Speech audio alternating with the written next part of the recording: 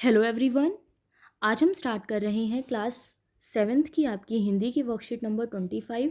Date है आपकी 22 दिसंबर 2020।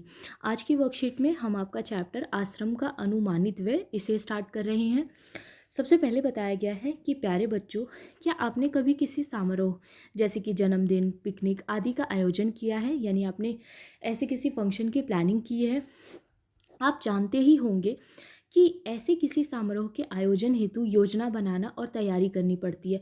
तो अगर हम कोई भी फंक्शन ऑर्गेनाइज करते हैं तो उसके लिए हमें कई तरह की तैयारी करनी पड़ती है, जैसे कि समारोह के लिए क्या क्या सामान चाहिए, कितनी मात्रा में कितना व्यय या खर्च होगा। तो हमें सब कुछ प्लान करना पड़ता है कि हमें क्या क्या सामान चाहिए और कितना चाहिए, यानी जिस अकॉर्डिंग लोग आते हैं उसके अकॉर्डिंग हमें सारी चीज़ें देखनी पड़ती है। फिर हमें ये भी देखना पड़ता है कि उसमें हमारा कितना पैसा खर्च हो रहा है, कितना व्यय हो रहा है, ठीक है, आदि इसका अनुमान भी लगाना पड़ता है। इसी प्रकार दक्षिण अफ्रीका से लौटकर गांधी जी ने अहमदाबाद में एक आश्रम की स्थापना की। तो इसी तरह जब गांधी जी ने दक्षिण अफ्रीका से लौटकर अहमदाबाद में एक आश्रम की स्थापना की थी, तो उसके प्रारंभिक सदस्यों तथा सामान आदि का विवरण हमें आश्रम का अनुमानित व्यय नामक पाठ में मिलता है। तो इसके बारे में हमें इस चैप्टर में जानने को मिलेगा कि किस तरह से उसके शुरुआत के उस आश्रम के जो शुरुआत के सदस्य थे, तो किस तरह से खर्चा किया जाता था या फिर क्या क्या खर्च किए जाते थे। इन सारी चीज़ों की जानकारी हमें आश्रम का अनुमानित व्यय नामक चैप्टर से मिलता है। आइए पाठ से लिए गए इस गद्यांश को पढ़कर प्रश्नों के उत्तर देकर जानें कि हमने क्या सीखा। ठीक है, तो सबसे पहले हम गद्यांश पढ़ते हैं। आरंभ में संस्था यानी कि आश्रम में 40 लोग होंगे। कुछ समय में इस संख्या के 50 हो जाने की संभावना है। हर महीने औसतन 10 अतिथियों के आने की संभावना है। ठीक है, इनमें 3 या 5 सह परिवार होंगे, इसीलिए स्थान की व्यवस्था ऐसी होनी चाहिए कि परिवार वाले लोग अलग रह सके। तो जो आश्रम यानी बनाया गया था, जो संस्था बनाई गई थी, तो स्टार्टिंग में जो लोग थे इस संख्या के 50 हो जाने की, मतलब स्टार्टिंग में आपके 40 लोग थे और बाद में ऐसा अनुमान लगाया जाता है कि औसतन 10 अतिथियों के आने की संभावना रहेगी। तो इसीलिए वो बताते हैं कि 3 या 5 जो ऐसी फैमिलीज़ होंगी जो कि सपरिवार यानी पूरी की पूरी फैमिली होगी, तो पूरी फैमिली के लिए जो सपरिवार वाले लोग होंगे उनके लिए कुछ अलग तरह की व्यवस्था की जानी चाहिए। ठीक है, शेष एक साथ बाकी जो लोग होंगे, जो फैमिली वाले होंगे वो अलग तरीके से, और बाकी जो लोग होंगे उनकी एक साथ व्यवस्था की जाएगी। इसको ध्यान में रखते हुए 3 रसोई घर हों और मकान कुल 50,000 वर्ग फुट क्षेत्रफल में बने, तो सब लोगों के लायक जगह हो जाएगी।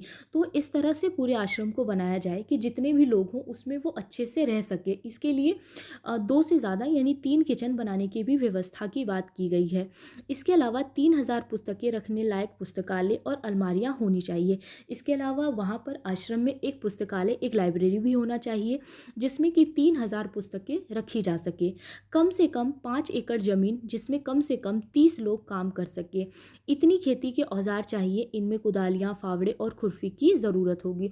तो बताया गया है कि हमें इतना ज़मीन चाहिए, यानी कि 5 एकड़ ज़मीन चाहिए जहाँ पर कम से कम 30 लोग आसानी से काम कर सकें, क्योंकि वहाँ पे जो सब्जियाँ वगैरह होंगी थोड़ी बहुत उसको भी उगाया जाएगा, खेती की जाएगी। तो ज़मीन भी चाहिए और ज़मीन पे जो खेती करेंगे उसके लिए कुछ सामान भी चाहिए, जैसे कि कुदाली चाहिए, फावड़ा चाहिए, खुरपे चाहिए, जिससे कि खेती की जा सके। ठीक है, उसके बाद बताया गया है, आपके क्वेश्चन आंसर दिए गए हैं, जिसमें फर्स्ट क्वेश्चन है आपका कि चित्र देखकर बताइए कि यह कौन है। जो चित्र में हमने देखा वो व्यक्ति कौन था, तो वो हमारे राष्ट्रीय पिता महात्मा गांधी जी हैं। ठीक है, इतनी तैयारियां किसके लिए की जा रही हैं, तो इतनी तैयारियां आश्रम में अतिथियों के ठहरने के लिए की जा रही हैं। ठीक है, हर महीने औसतन कितने अतिथियों के आने की संभावना है, तो हर महीने औसतन 10 अतिथियों के आने की संभावना थी। ठीक है, क्वेश्चन 4 है आपका कि सपरिवार आने वाले अतिथियों के लिए क्या व्यवस्था होनी चाहिए, तो सपरिवार रहने वाले अतिथियों के लिए रहने के स्थान व रसोई घर की व्यवस्था होनी चाहिए। ठीक है, जो पूरी फैमिली होगी वो एक साथ रह सके, इसके लिए उनकी एक अलग व्यवस्था की जानी चाहिए। उसके बाद लास्ट क्वेश्चन है आपका कि क्या आपने कभी अथवा बागवानी से संबंधित कार्य किया है, खेती या फिर बागवानी से संबंधित कार्य किया है, तो इस आधार पर आप बताइए कि खेती करने के लिए कौन कौन से औज़ार चाहिए, सूची बनाइए। तो आपको बताना है कि खेती करने के लिए या फिर बागवानी करने के लिए हमें किन किन औज़ारों की ज़रूरत होती है। तो आप लिखेंगे कि खेती या बागवानी करने के लिए निम्न औज़ारों की आवश्यकता होती है, जैसे कि हमें हल की ज़रूरत पड़ती है, ट्रैक्टर की, थ्रेशर की, हंसिया की, कुदाल की, पाइप की। इसके अलावा जो बीज ड्रिल होते हैं उसकी, हार्वेस्टर की ज़रूरत पड़ती है। इसके अलावा हमें स्प्रे पंप जो होते हैं उसकी भी ज़रूरत पड़ती है। ठीक है।